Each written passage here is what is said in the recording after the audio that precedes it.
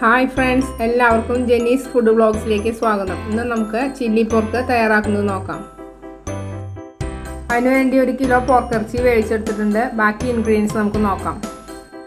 ഒരു medium capsicum സ്ക്വയറായി മുറിച്ചെടുത്തിട്ടുണ്ട്. അതുപോലെ ഒരു സവോളയും സ്ക്വയറായി മുറിച്ചെടുത്തിട്ടുണ്ട്.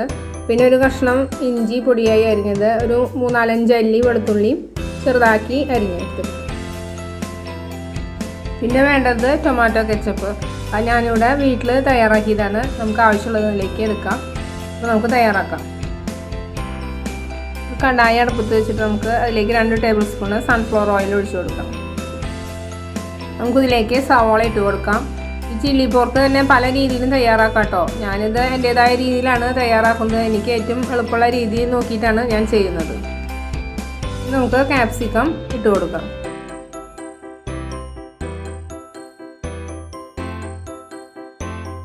ഇതിലേക്കൊരു 1/4 ടീസ്പൂണ് ഉപ്പിട്ട് കൊടുത്ത് നന്നായി ഇളക്കി കൊടുക്കാം. ഇനി നമുക്കത് ഒരു പ്ലേറ്റിലേക്ക് മാറ്റാം.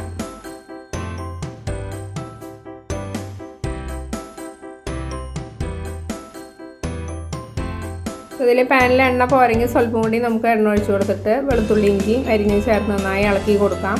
എന്നിട്ട് നമുക്കിതിലേക്ക് കാശ്മീരി ചില്ലി പൗഡർ ഇട്ട് കൊടുക്കാം, 1 ടീസ്പൂണ്.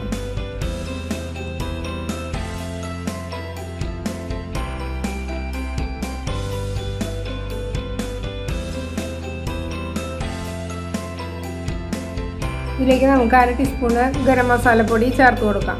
എന്നിട്ട് നമ്മൾ ഉപ്പും കുരുമുളക് പൊടിയും മഞ്ഞൾപ്പൊടിയൊക്കെ ഇട്ട് വേവിച്ച് വെച്ച പോർക്കിറച്ചി ചേർത്ത് കൊടുക്കാം.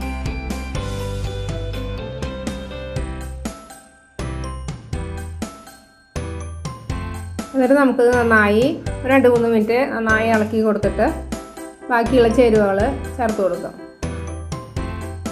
ഇത് ഇളക്കി കൊടുക്കുമ്പോഴേ നമ്മൾ തീയൊന്ന് നന്നായി കുറച്ച് വെച്ച് കൊടുക്കാം കേട്ടോ. അല്ലെങ്കിൽ നെയ്യൊക്കെ നന്നായി ഉരുകി പോവേ.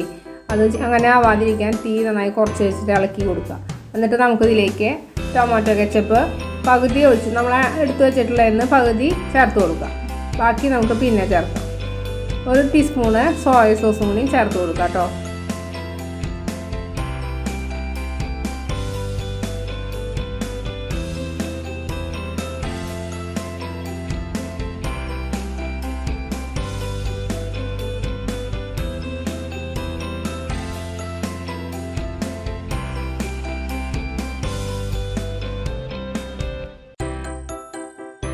ഈ സമയത്ത് നമുക്കിതിൽ ഉപ്പൊക്കെ നോക്കാം കേട്ടോ.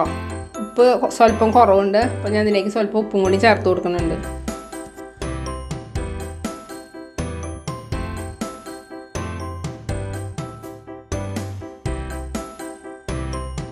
ഇനി നമുക്കിതിലേക്ക് 2-3 പച്ചമുളക് വട്ടനെ അരിഞ്ഞത് ഇട്ട് കൊടുക്കാം. പിന്നെ നമ്മൾ വാട്ടി വെച്ചിട്ടില്ലേ സവോളയും ക്യാപ്സിക്കും, അതും കൂടി ചേർത്ത് നന്നായി ഇളക്കി കൊടുക്കാം.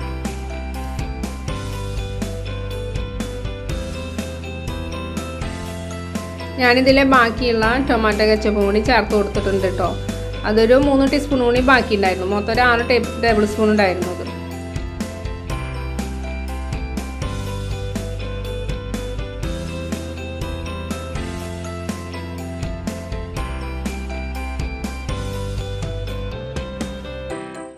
ഇതൊരു 3-4 മിനിറ്റ് നേരം നമുക്കത് അടച്ചു വയ്ക്കാം കേട്ടോ. എന്നിട്ട് നമുക്കത് സെർവിങ് ബൗളിലേക്ക് മാറ്റാം.